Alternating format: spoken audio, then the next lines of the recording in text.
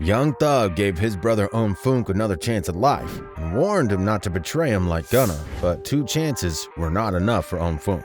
A shocking revelation emerged the other day, surpassing even Gunna's notorious snitching.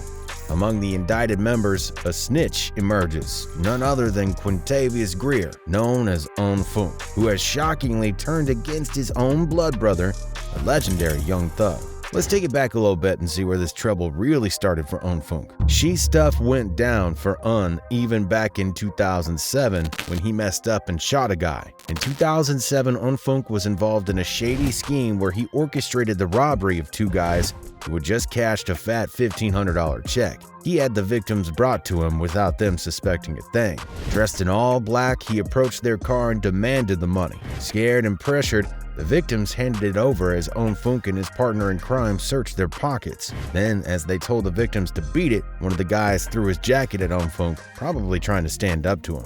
Well, that was the big mistake because Unfoonk lost it and fired shots, hitting the guy in the stomach and killing him. Unfoonk always was a cold-blooded dude. Fast forward to 2010 and Unfoonk and his accomplice found themselves indicted by Fulton County. Not long after that, they got hit with a life sentence behind bars. No second chances for these dudes. After spending 11 long years behind bars, Unfoonk finally walked out of prison in October of 2019. Unfoonk stated, "Young Thug made it happen for me to get out. He provided the financial support, no doubt about it." Called me like, "Hey, Ryan still your lawyer?" I'm like, "Okay." And that one, that's the top lawyer there is right now. He like, "That's your lawyer. Come home." He like, "I'm telling you, come home." So that was in 2017. Later on, Unfoonk had a conversation with his lawyer who made a bold promise of getting him out of prison within the next couple of years. Young Thug, being a generous brother that he is, stepped up and financed a bunch of appeals and legal maneuvers to help secure Unfoonk's freedom. It was a selfless act, a brother looking out for his own. In October 2020, Unfoonk signed with Young Thug's record label, Young Stoner Life Records. It was during this time that he experienced a breakthrough moment with his release of Real, a remarkable track featured on the newly dropped album, Slime Language 2. Unfoonk took viewers on a journey through the ups and downs of a man who had just been released from jail, showcasing both the triumphs and struggles that he faces. Unfoonk was a YSL boy from day one, given that Thugger was his blood brother and that he went in deep in order to dig Unfoonk out of that trouble that he was in. It was only natural that Unfoonk would join up with YSL. But once the RICO case against YSL came in, you could bet that Unfoonk's name was on those papers too. He was charged with a RICO violation just like Thug, Gunna, and the rest of the squad. Unfoonk, like Thug, didn't stay behind bars for too long. Unfoonk is yet another person to strike a deal with the YSL gang indictment case. We've seen a whole bunch of YSL dudes do the same. And as we've seen with Gunna, Unfoonk has been accused of snitching on his own brother and others who are associated with YSL. Unfoonk tried defending his position. He took things to Instagram to set the record straight, posting a message with a crying laughing emoji saying, "Can you believe people actually think I ratted out my own brother? Shake my head." Even his lawyer tried to make Unfoonk seem innocent of snitching. This time around, he had Nicole Mormon defending him and trying to make him leave prison. She made an important point about his 10-year probation while she was at it.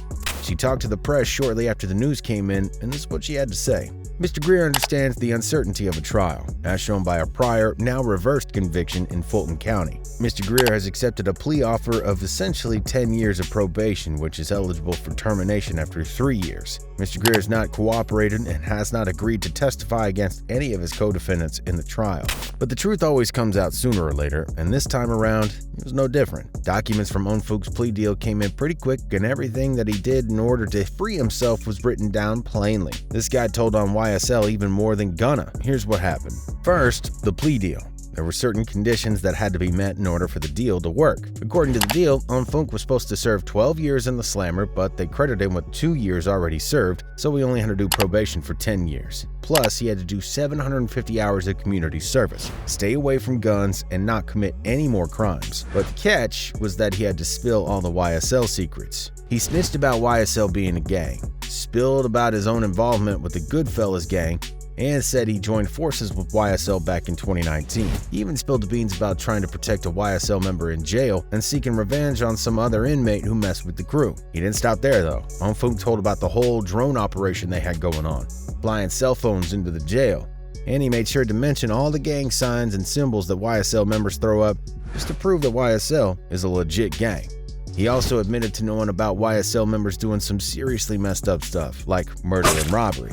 And he knew that if he tried to take back any of this snitching, his deal would be revoked. They got it all on record too, with his initials and yes answers in court in front of a judge. Just when Unfoonk got out and people thought his crime adventures were over, well, that's when things really went south. See, Unfoonk was caught slacking once again. He was pulled over by the popos for tinted windows, and as it turns out, he had a burner on him. Not a good move if you're trying to follow all the plea deal guidelines. Unfoonk got himself arrested again on May 4th in Atlanta, and this time, it was a whole new set of charges. According to ATL Sorenses, he was busted for being a convicted felon in possession of a firearm, being associated with a criminal street gang, and some traffic offenses. Apparently, he was hanging out at a BP gas station in a slick black Mercedes G-Wagon surrounded by a bunch of people near the driver's side door. Undercover officers smelled trouble and suspected it could be a drug deal in the making. When the SUV took off, they pulled it over for a window tint violation and claimed they could smell some of that illegal marijuana, which is a big no-no in Georgia.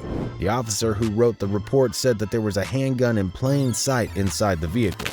And get this, when they asked Unfoonk about it, he had the audacity to say that the gun was clean, making them think he knew it was there all along. During the sentencing, Judge Earl Glanville made it clear that Unfoonk hadn't even paid the probation fees of $141.08 or starting his community service at all.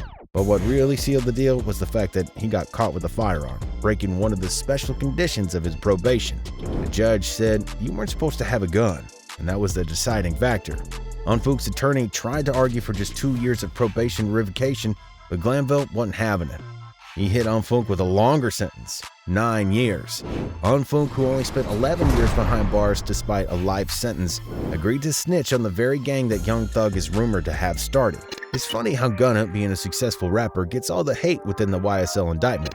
But the truth is, there are others who have done way worse things to YSL and especially to Thug, and they haven't faced public shame yet. Now Unfoonk is headed back to prison where he'll be reunited with his co-defendant who never got released and is still serving a life sentence for a murder he didn't even commit.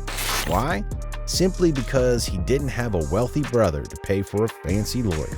Unfoonk got released from prison only to join YSL 2 years later and ended up getting caught up in a RICO indictment. The way he repaid his debt to his brother was by snitched on the whole YSL crew and revealing everything that goes down within their ranks. Thug did a selfless act only for Unfoonk to throw it all away. By the time he's supposed to get out again, he'll probably be in his 40s, and who knows what's going to happen by that time.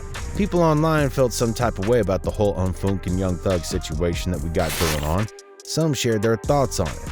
My heart breaks for Young Thug. Doesn't matter how much you do for someone, because in the face of death or prison, those same people will leave you to get killed or snitch on you to get a lighter sentence. It's a cold world. It's never your enemies, it's always your own people. Damn, your brother saved your life and you did him like that? There's a special place in hell for people like this. But what's y'all's take on this situation with Unfoonk and the fact that he's going back to prison yet again? Why didn't he succeed in changing his ways and leaving the street life alone after everything that his brother did for him? Let us know all about it down in the comments section down below. If you like this video, make sure to like, comment, and subscribe to our channel. And as always, thanks so much for watching to the end, and remember to keep it RIZZLE.